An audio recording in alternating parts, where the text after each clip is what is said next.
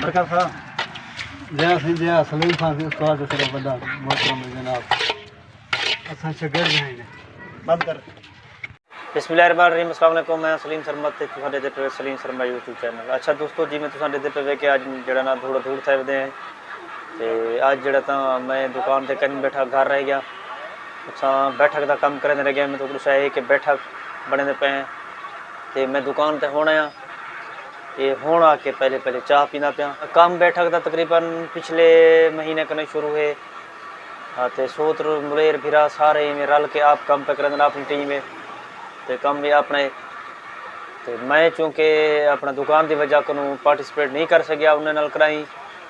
तो यूँ चूँकि टाइम ना निकलता सवेरे दुकान ते वाल दुकान कने शाम को घर लिहाजा टाइम ना निकलता कि उन्होंने हाथ मड़ाई करवा तो अज जड़ा तो मैं टाइम कढ़िए कि मैं क्यों नाराज़ थी सन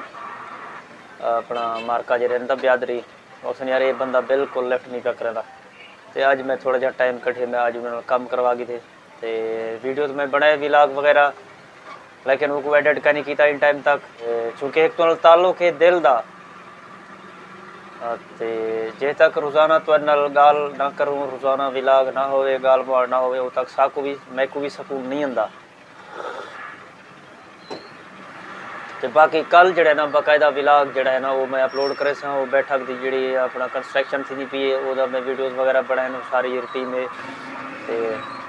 आप भी काम किए कल इंशाल्लाह व्लॉग देख सो कल की वीडियो दे। बाकी यार जी गाल खरी होती है ना वो मैं कर देना मतलब ये कि व्लॉग नहीं बन सकिया मैं तो सारे थे कि यार मैं आज अपलोड नहीं कर सकता एडिट का नहीं किया या मैं दो चार बार व्लॉग अपलोड नहीं करना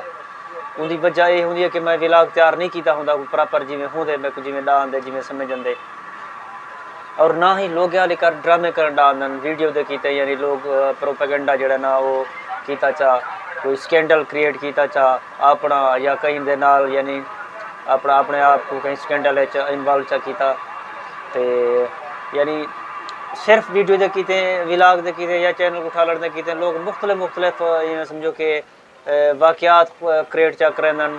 तो बाकी सारे कने वो कम नहीं थी मार्का असां सीधी सादी जी वीडियो होंदी है व्लॉग टुरदी फिरदी दोस्तों को मिलते काम करें जरा व्लॉग असां तैयार करते हैं वही व्लॉग तैयार करेसूँ वही अपलोड करेसूँ हाँ कहीं नवी जाते वेसूँ नवे दोस्त मिलते हैं जिमें वेंदे हैं तो ज़रूर वो भी वीडियो अपलोड करेसूँ तो लेकिन मैं यानी आज वीडियो नहीं बन सकिया तो मैं तो दोस्तों को मैं कि आज जरा ना व्लॉग तैयार कहीं मैं अपलोड नहीं कर सकता जस्ट दुआ सलाम करनी है तो बाकी बे स्कैंडल वगैरह यो जी चीज़ा सारे घर नहीं थी खुदा तो आज थकावट काफ़ी है काम किते पे तो बाकी इंशाल्लाह कल दे व्लॉग मिलते हैं कल का व्लॉग मैं अपलोड करे सो इंशाल्लाह ज़रूर देखो थोड़े तामुन की ज़रूरत है थोड़ी हौसला अफजाई की ज़रूरत है मैं को फेसबुक पेज पर भी प्रमोट करो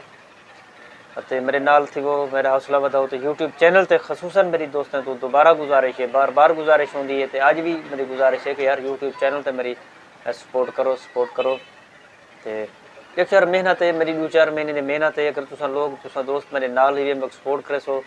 चैनल को सब्सक्राइब करे सो वीडियोज़ वगैरह देख सो तो ज़रूर मेरा हौसला बद सी और मैं एक स्टेप अगूते वध वेसा यानी